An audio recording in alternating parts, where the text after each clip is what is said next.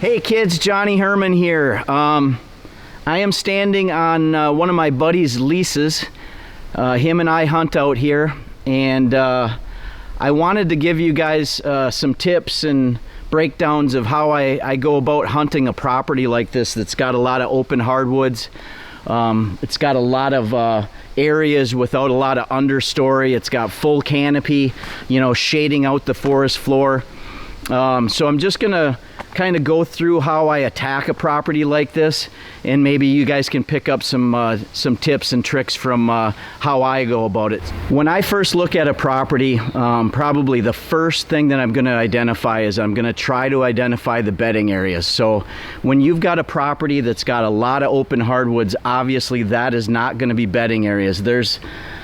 There's times during the summer months when you got some ferns and you got some stuff growing up that the deer are going to bed in the open hardwoods. There's not a lot of human intrusion at that time of year, but that's not really what we're looking for. We're looking for where those deer are going to be bedded when we're hunting them. So what I'll do is I will walk the property, and what I'm looking for is slashings, clear cuts, any thick understory, swamps, something of that nature, something that's going to give the deer cover when the leaves come down, because basically in November all of this is going to be leafless, and the hardwoods that are around me right now are just going to be bare.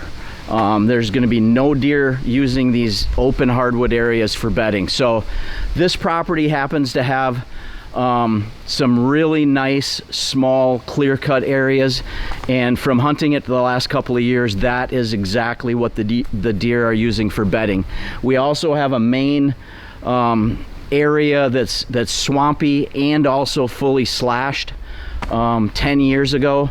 That's kind of the main hub of this property. It's kind of sits right in the middle of it. It's really thick, it's really wet, and the deer feel comfortable bedding in there. So that's kind of our main focus. I guess the first thing I'm going to tell you people is, if you've got a property and you control it, you own it, you're able to do whatever you want to do with that property. If you've got areas that are just solid hardwoods, one of the best things that you can do is to either do a full-on clear cut, small areas, irregular areas, create a lot of edge.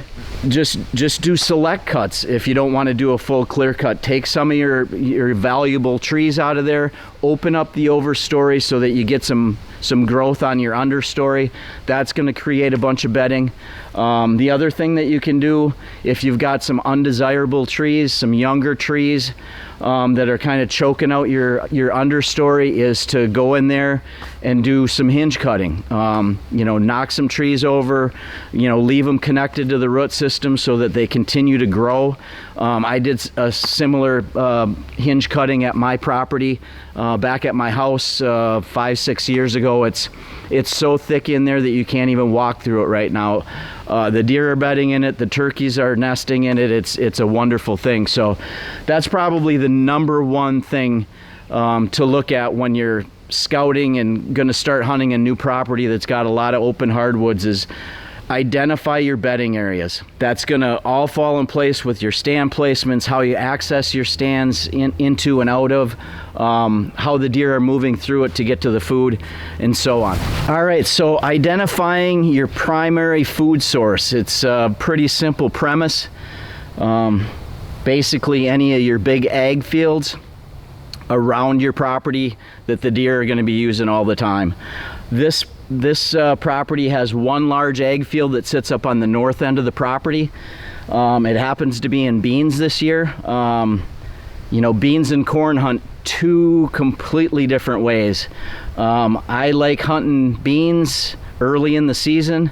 It's a perfect setup to shoot a big buck in the first 2 or 3 weeks of season, you know, coming out from the bedding, which in this case is to the south. They're going to come through the open hardwoods, maybe feed on some acorns as they come out, but they're going to be in this bean field probably every night until these beans are picked. Almost every deer on this property is going to be utilizing this bean field. So just identify your primary food sources, identify what you've got going in those primary food sources, and know how to hunt them. Beans are a great early season hunt. Corn, if this is all standing corn, this property hunt's completely different, because now what you've got here is you've got 40 acres of bedding until that corn is gone. So a lot of times you're going to have your bigger bucks bedded out in this corn, and then you've got to hunt this property differently. But the way it sits this year, we've got our bedding to the south, and we've got bedding to the east or the west, and we've got bedding to the east. And so we've got stands set out along this bean field all the way around it to hunt different winds. But what we're gonna do with this property this fall is we're gonna primarily hunt evening sits the first at least couple weeks of the season, so that we don't disturb any of the bedding areas back in this property. And that's the reason why we've got stands set up along these edges, so that we can walk right across these bean fields for our access. We're not going to bump any deer. The stands themselves sit right on the edge of the woodlot, which is then open hardwoods, and then it goes into our bedding area. So we can almost assuredly get into these stands with some sort of a south wind without spooking any deer. This is a perfect scenario for shooting a big buck early in the season on a south wind on this property. So your secondary food source, if you guys aren't familiar with what an oak tree looks like, or whatever the secondary mass crop stuff is in your area, make sure you get acquainted with what the leaves look like. But pay attention to the ground as you're walking around. Even if the new acorns aren't falling, in this case, this one broke off. We had some weather here the last couple of days, and this is something that was up in the tree that got broke off by either the weather or a squirrel. So here's something that maybe even some of you wily veteran hunters don't know about, but what I got behind me here is raspberry bushes, and there's a bunch of them on this property that's been logged multiple times over the years. And generally on these old logging roads, you get a lot of berries growing up. So this has got blackberries and raspberries on it. But this is a very, very good secondary browsing food source for these deer. When you start getting frost and freezing temperatures at night, what happens with these leaves is you start getting some sugars come out in these leaves as they freeze. And the deer here, at least in my neck of the woods in west central Wisconsin, really hammer these raspberry and blackberry leaves from about mid-September until mid-October. So if you can identify some of these patches, you might be able to figure out how your deer are moving through a property better on your early season hunts. This property has a wealth of water on it. We've got a creek running through here. We've got a big pond in the middle. We don't really worry about water.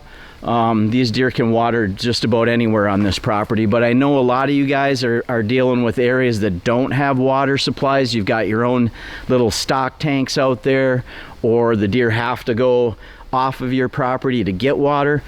So identify your water sources. That's another big key. Putting those three together are going to give you your stand locations. It's pretty simple math, right? If you can identify, this is a bedding area, this is a bedding area, this is a bedding area, this is a primary feeding area, these are some secondary feeding areas, and then just get your stands up in those travel corridors where the deer are using all three of those things. Put it on the downwind side of those runways and get ready. So hopefully you learned a tip or two, and maybe it'll help put some extra meat in the freezer for you this fall. So it's just around the corner, kids. I'm looking forward to it. I'm sure you guys are too. So we'll see you this fall.